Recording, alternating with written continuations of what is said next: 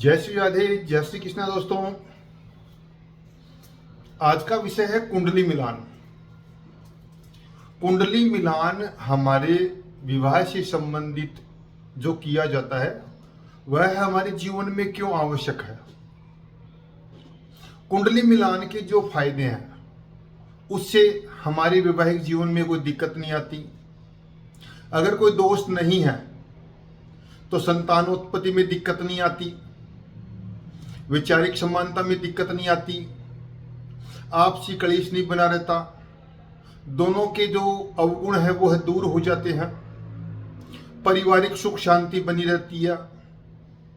जो भी पुरुष सुबह से शाम तक अपना काम करता है वह कुंडली मिलान के आधार पर अगर शादी की जाए और कुंडली मैचिंग करती है, मिलान सही है, तो उसकी कमाई में भी बरकत बहुत पड़ती है। और सुबह से लेकर शाम तक हम अपना जीवन बाहर यापन करते हैं, अपने काम कारोबार के अंदर करते हैं।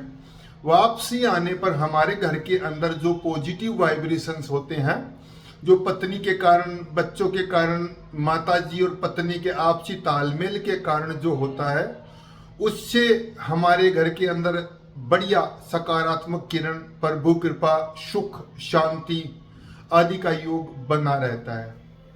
और यही वो चीजें हैं जिसके लिए हम अपने जीवन में बहुत तेजी के साथ दौड़ रहे हैं। तो कुंडली मिलान से ये हमें फायदे होते हैं, जीवन बहुत ही सरल हो जाता है। अब अगर कुंडली मिलान नहीं होती तो अगर वर्ण दोष है, आपसी तालमेल में दिक्कत, भकूट दोष है तो दोनों में आपसी कलेश बना रहेगा, नाड़ी दोष है तो दोनों में से एक बीमार रहेगा, संतानोत्पत्ति में दिक्कत रहेगी। ऐसे ही अष्टकूट दोष जो होते हैं, इनको अलग अलग प्रकार से इसका फल है। तो अगर ये मैचिंग नहीं करते तो काफी कष्टों का, परेशानियों का सामना करना पड़ता है। एक तो ये है कि आजकल जो हम देख रहे हैं, शादी के 6-6 महीने बाद में, 3-3 महीने बाद में, 2-2 साल बाद में, अलग अलग समय अवधि के बाद के अंदर जो तलाक हो रहे हैं, बहुत बार तो ये देखने को मिला है कि आपस के अंदर पति पत्नी की वैवाहिक जो जीवन होता है, जिसको हम प्रेम विवाह बोल देते हैं, प्रेम विवाह होता है, आपस के अंदर इतना प्यार करते हैं, दोनों ने एक दूसरे को चुना भी होता है। अब यहां तक नौबत आ जाती है कि अगर कोई उनकी बात ना माने तो घर छोड़ने तक को भी चले आते हैं। कई घर में बिना बताए ही कोर्ट मैरिज भी कर लेते हैं। मैं ये नहीं कहता कि सबको ही दिक्कत आती है, लेकिन कई बार कुदरती प्रभु कृपा हो, कृष्ण कृपा हो, श्री राधे कृष्ण कृपा हो, श्याम कृपा हो, तो कई बार हम ऐसा स्टेप लेते हैं जिसमें कुदरती वो कुंडली मैच हुई होती है और लड़के लड़की को पता भी नहीं होता। वैसे मैं ये कहना चाहता हूं सबके लिए नहीं है, लेकिन तकरीबन जहां पर कुंडली मैच नहीं करती तो जो प्रेम का भूत सर पर चढ़ा होता है वह निकलता हुआ दिखाई देता है, वह उतरता हुआ दिखाई देता है। और शादी के 3 महीने बाद में, 6 महीने बाद में अलग अलग होने के लिए कोर्ट में याचिका दायर हुई होती है, पंचायत बैठी होती है, हमारे समाज के जो प्रतिष्ठित व्यक्ति होते हैं बीच में पढ़ करके। तो कहने का मतलब कि ये इतनी बड़ी बड़ी समस्याओं का सामना करना पड़ता है, लेकिन हम एक छोटी सी, थोड़ा सा समय निकाल करके योग्य ज्योतिषी के द्वारा अगर दोनों के कुंडली मिलान करें तो हम इन चीजों से बच सकते हैं। अब कई क्या करते हैं कि आधी वीडियो देखते हैं, हमने इसके गुण और दोष तो बता दिए, कुंडली मिलान से क्या फायदा है, क्या नुकसान है। अब हम कई बार ये भी देखते हैं कि कुंडलियों के जो गुण होते हैं, 27 गुण मिल गए, 28 गुण मिल गए, तो कई बार डिवोर्स होते देखते हैं। कई बार 5-5, 6-6 गुण भी मिलते हैं, लेकिन शादी बहुत ही सरल तरीके से प्रभु कृपा से चलती हुई होती है और आपस में बहुत सुखी जीवन यापन कर रहे होते हैं। परंतु होता क्या है कि कुंडली मिलान के अंदर हम ये देखते हैं कि 25 गुण मिल गए, 22 गुण मिल गए, 27 गुण मिल गए, जितने भी मिल गए हैं। 27 गुण मिलने पर कई दोषों का निवारण हो जरूर जाता है, लेकिन हमारी जो टॉपिक है वो है कुंडली मिलान, ना कि गुण मिलान। गुण मिलान अधूरी कुंडली जब मिलती है, सिर्फ गुण के आधार पर जब हम कुंडली मिलान और शादी तय कर देते हैं तो वो अधूरी कुंडली मिलान होता है, अधूरा होता है। कुंडली मिलान के अंदर सबसे पहले हम ग्रहों का जो मेल है वो देखेंगे, जिसके अंदर लगन कुंडली में हम अपने ग्रहों की स्थिति देखेंगे। उसके बाद में शादी की जो कुंडली, वैवाहिक जीवन जो है वो नवमांश कुंडली पर आधारित होता है।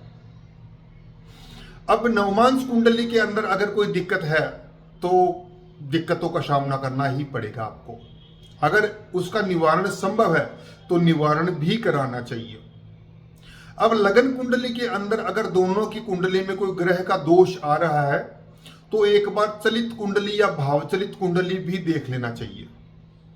जब कोई ग्रह से हमारा दोष उत्पन्न हो रहा है तो चलित कुंडली और भाव कुंडली के अंदर, चलित कुंडली या चलित भाव कुंडली के अंदर वही ग्रह जो दोष उत्पन्न कर रहा है, अगर वह संधि में आ जाता है तो वह पूर्ण रूप से दोष नहीं पैदा करेगा, वो दोष खंडित हो जाता है। मैं ये नहीं कहता कि पूर्ण रूप से खंडित हो जाता है। जब वह ग्रह संधि में आ जाता है और अच्छे ग्रहों की दृष्टि के अंदर आ जाता है तो उसका दोष और भी खत्म हो जाता है। अब उसके बाद के अंदर कुंडली मिलान के अंदर लगन कुंडली, चलित भाव कुंडली, नवमांश कुंडली, ये कुंडलियां मिलनी बहुत जरूरी होती है। वो कुंडली मिलने के बाद के अंदर हमें गुण मिलान देखना चाहिए, अष्टकूट दोष। अगर अष्टकूट दोषों के अंदर नवमांश जो 9 प्रकार के अष्टकूट 8 प्रकार के जो दोष गुण हैं उसमें से सबसे ज्यादा महत्वपूर्ण है, महत्व तो सभी अपना अपना रखते हैं, नाड़ी दोष और भकूट दोष। नाड़ी दोष के अंदर दोनों में से एक का बीमार रहना, संतानोत्पत्ति में दिक्कत आना या अलग अलग प्रकार से जो उसकी दिक्कतों का विवरण है वो आता है। भकूट दोष के अंदर 3 प्रकार से आता है, षडाष्टक भी आता है, मित्र नवपंचम, शत्रु नवपंचम और द्विद्वार्षक योग आता है, जो तीनों ही घातक है। द्विद्वार्षक योग के अंदर दोनों में से एक को बहुत ज्यादा कष्ट भोगना पड़ता है। दूसरा जो शत्रु नवपंचम है उसके अंदर शत्रुता का भाव बना रहता है, लोक दिखावा इज्जत का करके दोनों जुड़े रहते हैं, लेकिन आपस के अंदर वह प्रेम संबंध नहीं बन पाते। प्रेम संबंध का मतलब परस्पर आपसी जो तालमेल है, आपसी जो विचारिक समानता है, एक दूसरे का हित, एक दूसरे को सपोर्ट करना नहीं हो पाता। और षडाष्टक के अंदर क्या होता है, षडाष्टक के अंदर दोनों का आपस में कलेश रहता है, एक दूसरे के साथ लड़ाई झगड़ा, एक दूसरे के साथ बातें को नहीं मिल पाना, एक दूसरे की बातों को सहन नहीं कर पाना, ये षडाष्टक योग है जिसमें से भारी कष्ट का सामना भी करना पड़ता है। तो ये जो अष्टकूट दोष के अंदर जो भकूट दोष और नाड़ी दोष बहुत ज्यादा महत्व रखते हैं, इनका दोष नहीं होना चाहिए कुंडली के अंदर। इसके अलावा तीसरा जो प्रकार है, जब हम दोनों नाम से, जो नाम होता है उस नाम के आधार के ऊपर हम अपनी शिक्षा ग्रहण करते हैं, उस नाम के आधार पर हमारी शादी का साया भी निकाला जाता है, उस नाम के आधार पर हम अपना जीवन जीते हैं। उसी के नाम से जब साया निकलता है, अगर नाम से साया नहीं निकल रहा है जन्म कुंडली के आधार पर, और नाम दोनों को मैच करना चाहिए। अगर एक में नाम से नहीं निकल पा रहा है तो जरूर एक का नाम जब संकल्प हम करते हैं फेरों के अंदर तो उस समय नाम परिवर्तन कर लेना चाहिए, नहीं तो नाम से भी दोष उत्पन्न होते हैं, वह दोष भी नहीं होना चाहिए। तो कहने का मतलब मेरा यह है कि नामकरण जो होता है, जो हमारा नाम चलता होता है, उसमें भी दोष नहीं होना चाहिए। गुण और दोष का जब मिलान करते हैं, जब उस नाम से हम साया निकालते हैं तो उन नामों में भी दोष नहीं होने चाहिए। ये तीनों प्रकार की चीजों को ध्यान में रखते हुए अगर हम आगे चलते हैं तो हमारा वैवाहिक जीवन बहुत ही सुंदर और बढ़िया बना रहता है। तो कुंडली मिलान के अंदर ग्रहों का मिलान, नाम से जो हमारा साया निकलना होता है, जो नाम शादी के अंदर बोला जाने वाला होता है संकल्प के अंदर, उस नाम में कोई दोष नहीं होना चाहिए। और गुण और दोष के अंदर नाड़ी दोष और बकूट दोष का जरूर विचार करना चाहिए। विचार तो वर्ण दोष, वैश्य दोष, राशि मैत्री सबका ही होता है, सबका अपना अपना महत्व होता है, लेकिन इसमें ज्यादा महत्वपूर्ण दोनों को बताया गया है। तो दोस्तों, कुंडली मिलान कर करके हम अपने जीवन को बहुत ही सरल रूप से सुखमय बना सकते हैं। ये नहीं कि अगर कुंडली नहीं मिल रही है तो हम शादी नहीं करेंगे, उसका निवारण भी होता है। कई बार हम बहुत सी चीजों के पीछे दौड़ रहे होते हैं, भाग रहे होते हैं, वो चीज हमें नहीं मिल पाती, तो आप अपनी कुंडली दिखाएंगे तो आपको पता लग जाएगा कि किस समय में हमें ये चीज मिलने वाली है। तो अपनी योग्य ज्योतिषी के द्वारा अपनी कुंडली जरूर चेक करवाएं। कुंडली मिलान से ही शादी का मुहूर्त साया जरूर निकलवाएं, तो उसी के आधार पर हम अपने जीवन को सुखमय बना सकते हैं। जय श्री राधे, जय श्री कृष्णा दोस्तों।